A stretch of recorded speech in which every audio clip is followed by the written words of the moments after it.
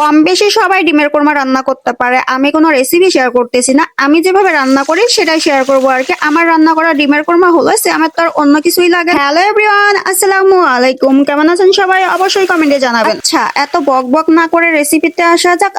প্রথমেই আমি ডিমগুলো সাদা করে ভেজে নিয়েছি, বেশি একটা ভাজিনি, কেননা ডিমের কোরমা ডিম সাদা থাকলেই ভালো লাগে। 20টা কাঠবাদাম আর কিছু পেঁয়াজ আমি ব্লেন্ডার করে নিয়েছি। বাদাম আর পেঁয়াজের পেস্টটা তেলের মধ্যে কিছুক্ষণ ভেজে নিব, তারপরে দিয়ে দিব গরম মশলা, হালকা করে ভেজে নিয়ে দিয়ে দিব আদা রসুন পেস্ট। আচ্ছা, এই উপকরণগুলো কিছুক্ষণ ভেজে নিয়ে দিয়ে দিব মশলা কষানোর জন্য পানি। দিয়ে দিলাম জিরা গুঁড়ো, ধনিয়া গুঁড়ো, মরিচ, লবণ। ডিমের কোরমাতে মরিচ লবণ এগুলো কম কম লাগে। ডিমের কোরমা মূলত মিষ্টি মিষ্টি ভালো লাগে, যার কারণে মরিচটা আমি কম করে দিলাম। দিয়ে দিলাম টক দই। এখন তেল উঠে আসা পর্যন্ত মশলাগুলো আমি ভালোভাবে কষাই নিব। দিয়ে দিলাম ডিম, কিছুক্ষণ নেড়ে ছেড়ে দিব দুধ, পেঁয়াজ ব্রেস্তা, মিষ্টির জন্য কিছু পরিমাণ চিনি, ঘি, গোলাপ জল, কেওড়া জল। ডিমের কোরমা আমার রেডি।